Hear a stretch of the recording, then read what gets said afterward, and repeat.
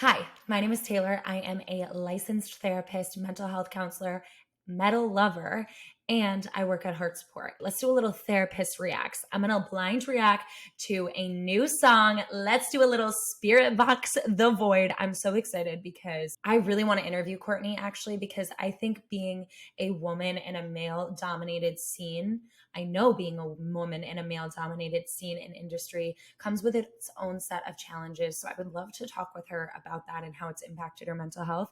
But for now, we're just going to react to these lyrics. If you are struggling or you need support with anything at all, you can tag at HeartSupport in the comments and we will reply with encouragement. So let's get into it.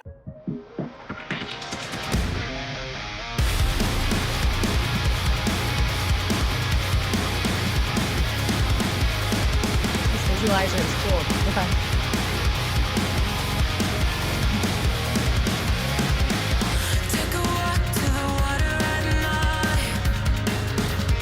Ooh. The words are so good.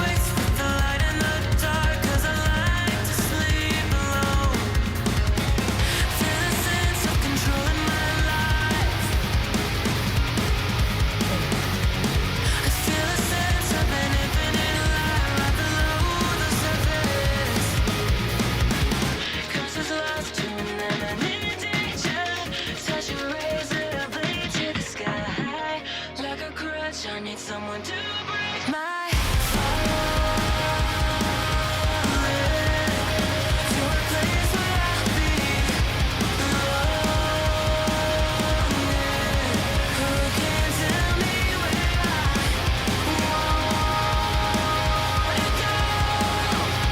Okay.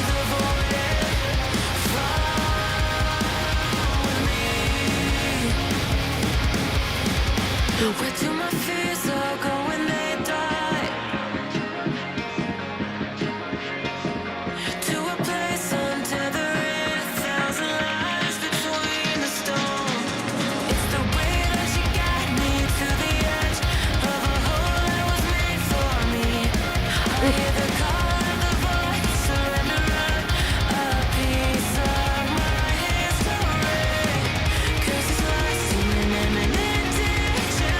Such a razor blade to the sky, like a crutch. I need someone to break my fall. To a place where I'll be alone. Who can tell me where I wanna go? Talk to the void and fall with me. Okay. I love. It's about to be a breakdown.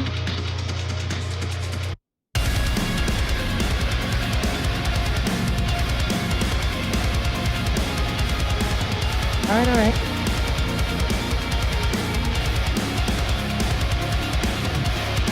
Where do my fears all go when they die?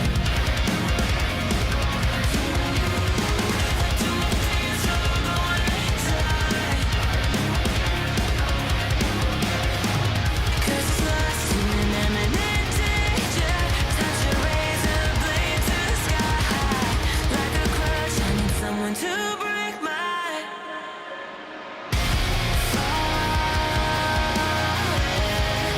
to a place where I'll be alone.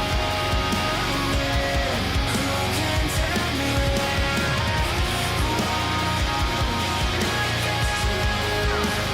time to go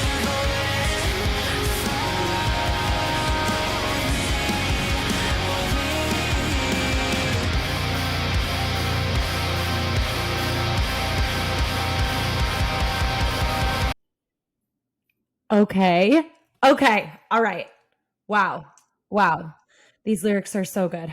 Ooh, whew. I don't know why. There's something about this that reminded me of, like, the quality of her voice in this song reminded me of Every Time We Touch by Cascade. Maybe I'm crazy. Let me know.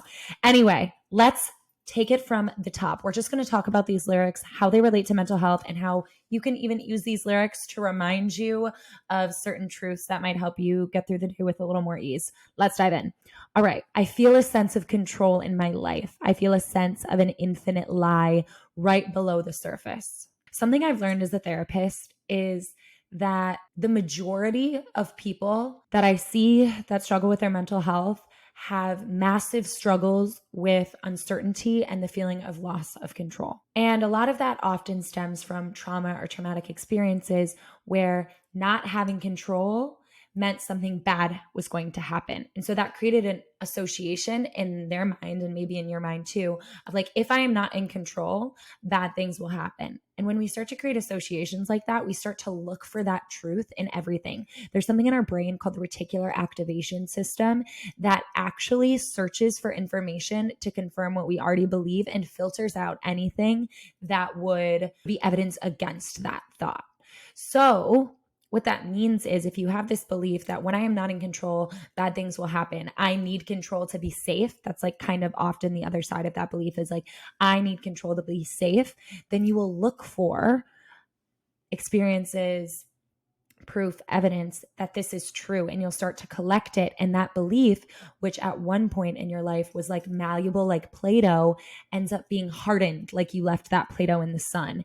And it becomes harder to change and even harder to recognize. But that doesn't mean it's impossible to change. The cool things about our brains is that we can start to look for other evidence if we do it with intentionality. A lot of this is happening unconsciously. So if we bring it to the conscious and we say, I know that I have a belief that when I'm not in control, I'm unsafe or something bad will happen.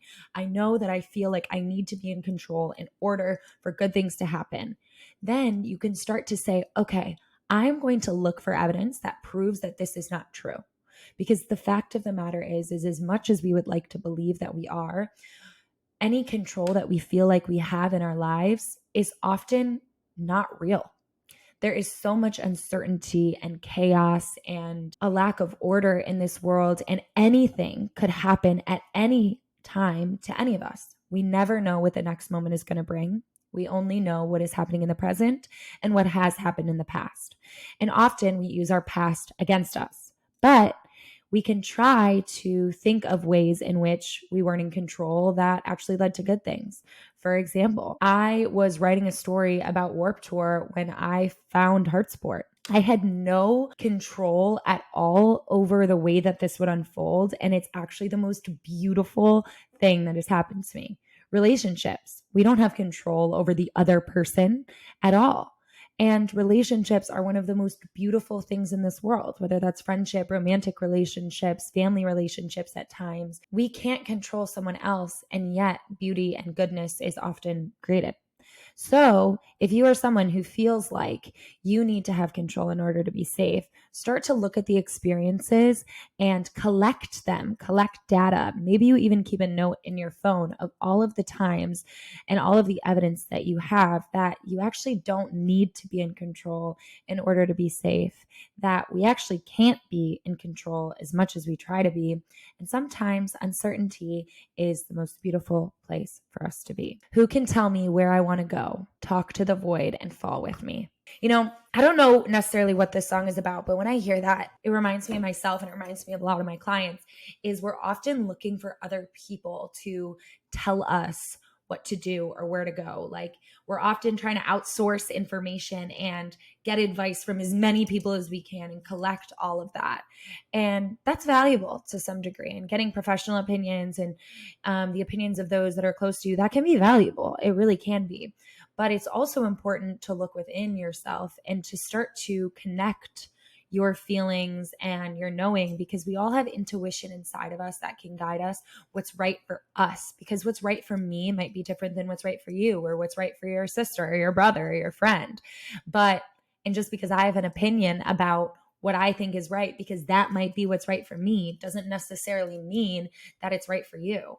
So when I have a client and with myself, I struggle a lot with outsourcing and not being able to make decisions on my own.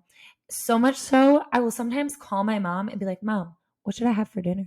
What do you think I should eat today? Should I order in or should I make food? And it's like, that's such a small choice that I'm outsourcing to someone else that I don't need to. So if you find yourself doing that, start with the small choices. What should I eat for dinner? What do I want to do today? What show do I want to watch? Even those small things, some people listening might be like, I would never ask someone else for that. But I think a lot of us do. So start trying to ask yourself instead of asking other people to tell you where to go, and start following that little voice inside of you. And as you start to fall, it'll start to get louder. Talk to the void and fall with me. Oh, I just think this is such a good line, because when I think about it, it feels so profound to me. When I think about that, often there is a void inside of all of us that feels like something's missing. Or I think especially with mental health, like something's missing or something's wrong or something doesn't feel right, or I'm not good enough, or I don't belong, or nobody loves me, or I'm all alone, and all those things in the void. And I think those things in the void are all those fears that Courtney is singing about in the song, and where do they go? And I think that this is what the void is made of, right? And so often we try to pretend the void isn't there. We try to not talk about the void. We try to shove it away. We try to cover it up with like a nice little curtain. We try to decorate it up. But sometimes what we actually need to do is talk to it.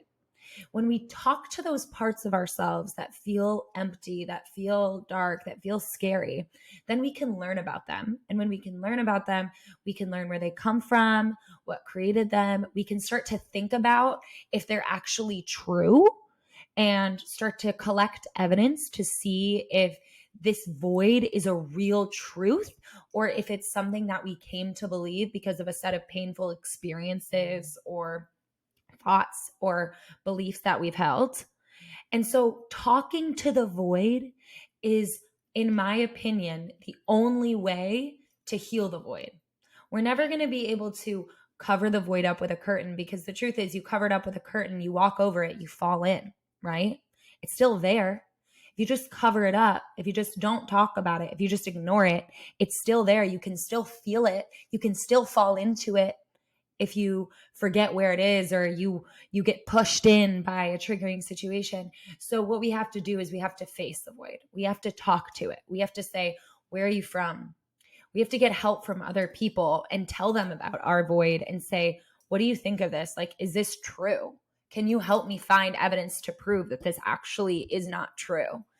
And that's when we really start to heal it. And then our void starts to get a little more shallow. And then eventually maybe there's no void at all. But that can only happen when we talk to it and when we get curious about it, and try as much as possible when we're getting curious about it, when we're talking to it, to not judge it, but to just say, hey, like, you're a part of me and I want to learn about you. And I don't really know why you're here. And sometimes you really hurt me and you really make me mad, but I want to understand you. And I'm going to try to reserve judgment around that as much as possible. That is something that I've found to be so helpful. Like a crutch, I need someone to break my fall. I think sometimes we all need crutches.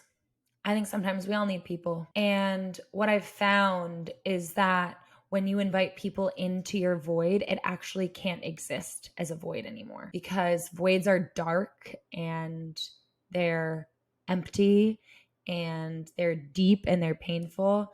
And once you bring someone else in, it's like shining a light on your void, and that shame and that pain and that void can't exist in the light. So we all need a crutch. We all need someone to help us break our fall. And it's about how we do that.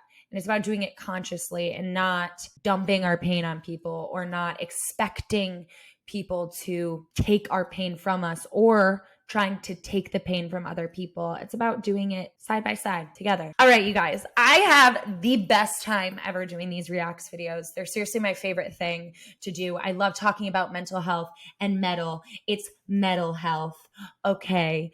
And I love you. And if you're struggling, HeartSupport is here for you. Like a crutch, I need someone to